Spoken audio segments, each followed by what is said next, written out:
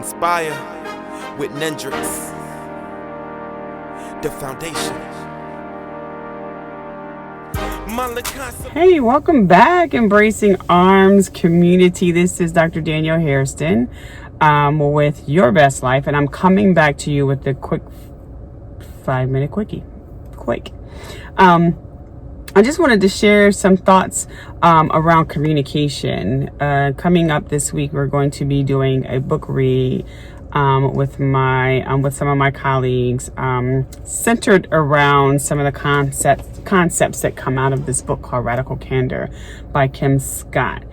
And just recently, just this week, some of my colleagues, some of the leaders in our organization had a conversation about a recent incident where there was a communication issue, and really debriefing about that and trying to figure out some best practices and how to address this particular issue and to mitigate these types of issues from happening in the future. And I fundamentally believe that one of the core non-cognitive skills that young people lack when going into their careers for the first time is communication. And especially now with communication being so disjointed and goodness, I can't even come up with all of the terms to describe the way communication has been impacted because of social media technology, text messaging. And so because of this change in modern society, our young people tend to have increasing issues with their ability to express themselves professionally, or even socially, with colleagues or people who are in leadership roles, with their families, with their children. And so for me, that is, amongst other things like critical thinking and, collaborating and just ethics, period. That is communication is among some of the most important things, skills that I think individuals need to have in order for them to realize early career success. So, I just want to come to you to say that if you are struggling with your ability to communicate effectively with people, I think sometimes you just got to pause, because if we're the ones having issues with communication, oftentimes we're in denial of it, and we're assuming that it's everyone else who's having issues with us. So just reflect on what people say about your communication, because if there's multiple people saying that you suck with communication, you suck with delivery, you suck with listening, then perhaps it might be you.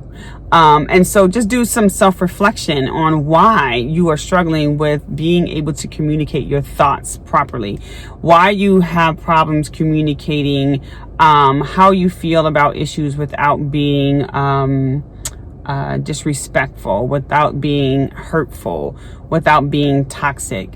Why you have issues with just expressing yourself, period, instead of holding those issues in, as it relates to maybe romantic relationships or relationships with your children.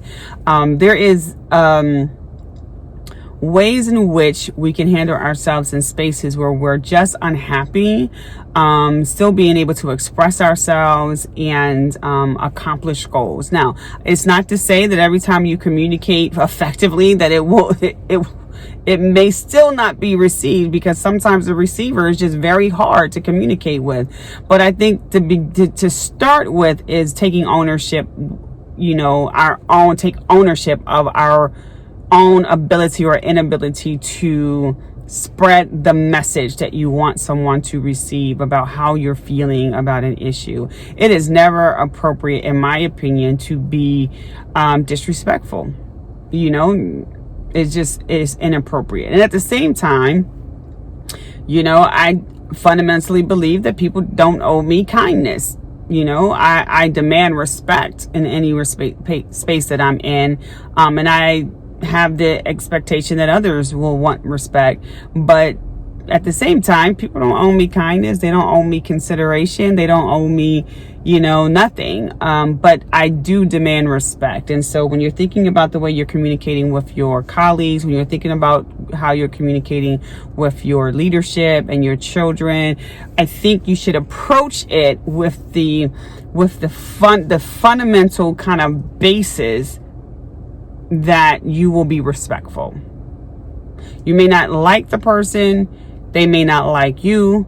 You may not want to work with the person. They may not want to work you. You may not want to live with the person. They may not want to live with you. But being respectful in the way you communicate is, I think, step one, and it can go a long way. So, if you want to talk a little bit more about communication and effective practices to communicating your thoughts in a way that is welcoming and engaging, go visit my page at embracingarms.com. We will be having some webinars available for you to either participate live or to watch later. All right. Continue to go out in the community and embrace someone. They're waiting on you, and live your absolute best life. My LaCasa boy, this is my residence. My prescription boy, this is my medicine. The world can be sickening and living in house resemblance. Not to mention the media's effort to keep us in the most simplistic state of mind. Lowest age bracket committing the highest rate of crime.